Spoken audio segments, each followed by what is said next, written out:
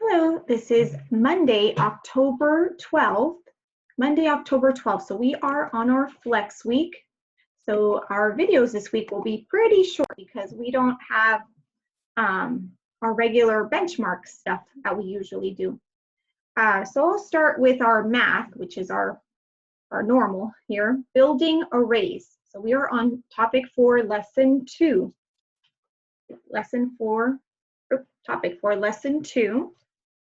So just a little reminder here that you can model repeated addition within array. So an array is those pictures where we have equal rows, and in addition to equal rows, there's these equal amounts in these equal rows.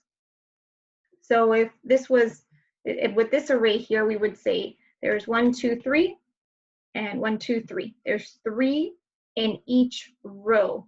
They did a nice little thing here where they circled their rows to kind of make it easier on counting than how many are in each row.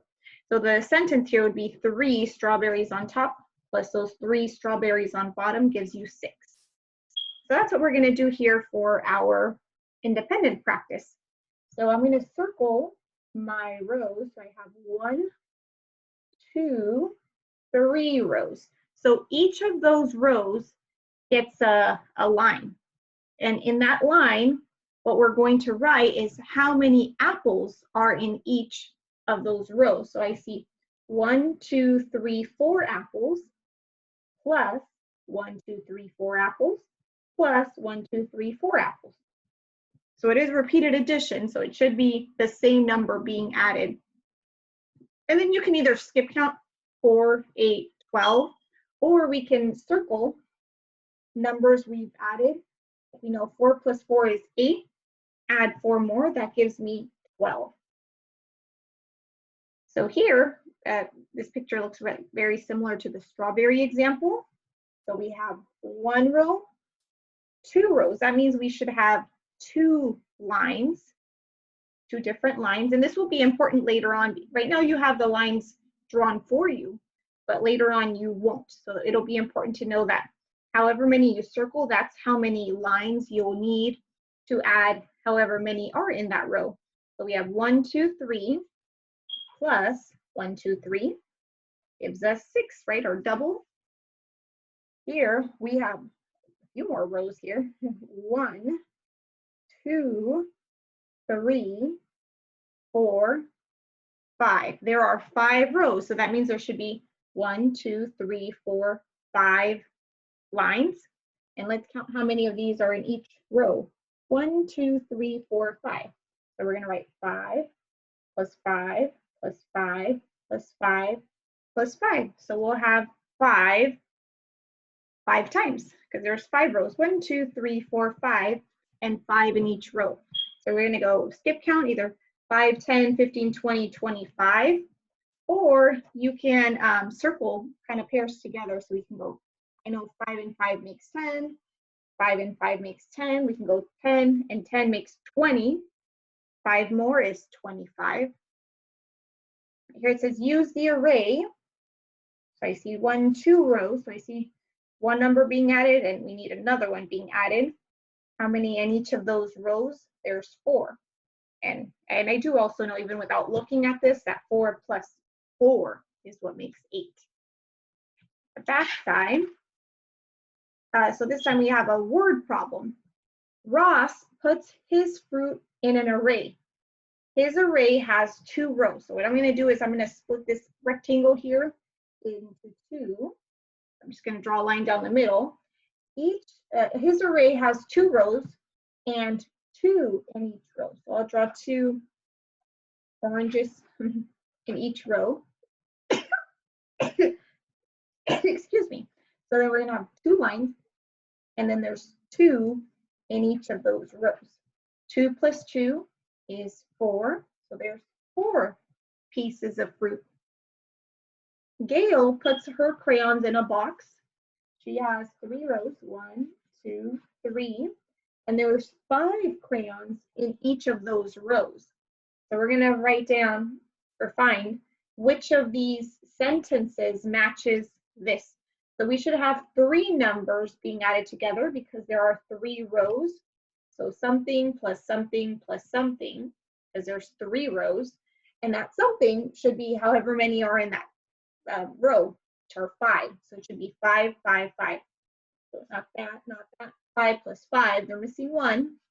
5 plus 5 plus 5, 3 5s, gives us 15. So it should be letter D. Okay. The last one, number 10, says draw a garden. Show equal rows with the same amount in each row. Then write an addition sentence. So I'll stick to oranges. So I'll draw 3, maybe I'll draw 4 oranges, and I'll make 3 rows of 4 oranges. So then if I'll use a different color here. If I were to circle, I'd have 1, 2, 3 rows. So that means I'd get 3 lines. And what I'm going to write in that line is how many are in each of these rows, which is 1, 2, 3, 4. So I'd write 4 plus 4 plus 4 equals, well, I know 4 and 4 makes 8. 8 plus 4 more gives me 12. So I had printed a new plan sheet, homework sheet for you, and there were 2 mistakes on it. I apologize. So I did send this to your parents by email, but if you have this one, it really works. The only 2 kind of fixtures you have is that for Thursday, we're not on topic 2, we're on topic 4, and we're doing reteaching. So that day you will not have homework other than maybe catching up on your quick checks. The other one is that on Friday, it says test today, Friday 10/18. It's actually Friday 10/16. So this Friday is October 16, not 18. So just those 2 things on your homework sheet. So today for homework, you'll finish your math check, do that quick check, and review your Espanol lessons 1 through 3. The test will be this Friday, like we mentioned. The 2 other things are, you did this before on our last flex week. You have it's purple, very light purple, your purple journal, which has these pages on the inside. You have the calendar from last time. So if you flip it, it says September. September was last month that we used for that flex week, but now we're on October, so you'll get to pick a prompt from the October calendar. And if you don't have it, maybe you tossed it or got rid of it, this is in your parents' email as well. So this will be there. All right, so you'll just choose a prompt, 1 for each day.